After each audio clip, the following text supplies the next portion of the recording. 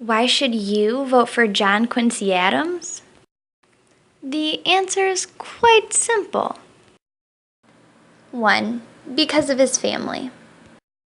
He is the son of John and Abigail, who are Revolutionary patriots.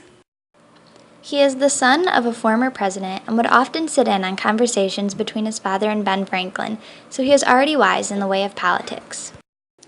2. Because of his communication abilities.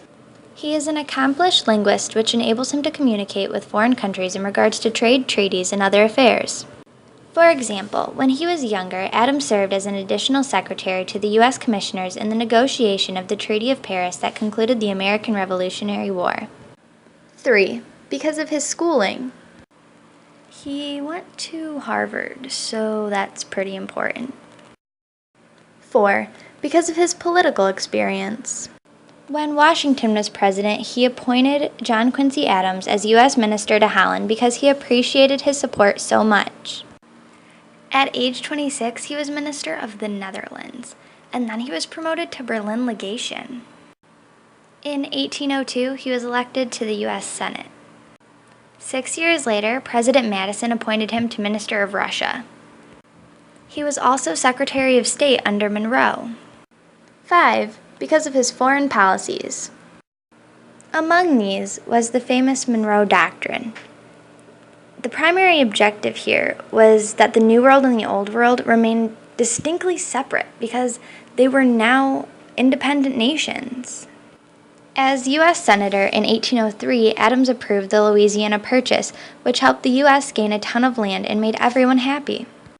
He also arranged to purchase Florida from Spain and negotiated a transcontinental treaty that established a boundary between Spanish and American possessions from the Gulf of Mexico to the Pacific Ocean.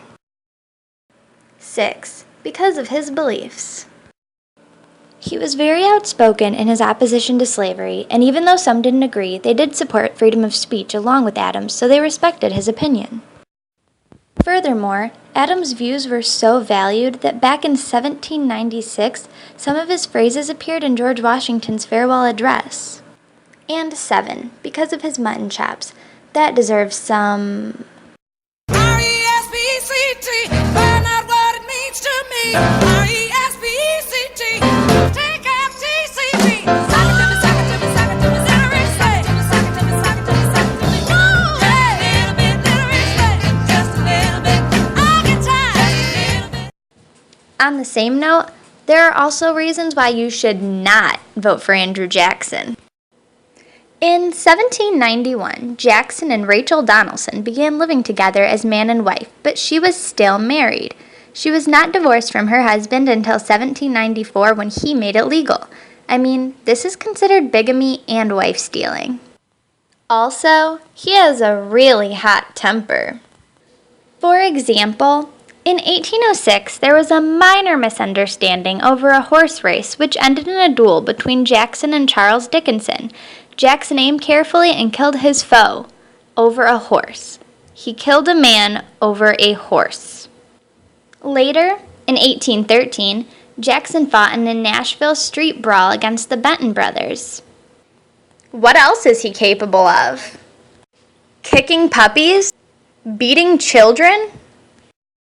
Exposing you to savagery? He became a friend of Aaron Burr in 1805 when Burr was seeking recruits for his many schemes. Jackson was eager to help, but cut loose from Burr in time to avoid imputations of treason. Just a few years ago, in 1818, Jackson caused strife in Florida. Monroe advised Jackson to capture Spanish ports, but to do so respectively. Instead, he hanged 2 Indian chiefs without ceremony, executed 2 British subjects, and deposed the Spanish governor who almost didn't escape his wrath. Jackson is also unqualified for the job. All other presidents in Washington have served extensive administrative and diplomatic apprenticeships, while Jackson has never held a cabinet post or even been abroad.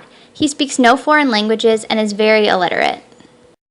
Would you want to elect someone who steals people's wives, has a hot temper, attempts to commit treason, causes strife with the Indians on the land, and isn't qualified for the job?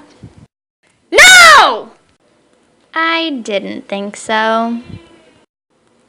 I am John Quincy Adams, and I approve this message.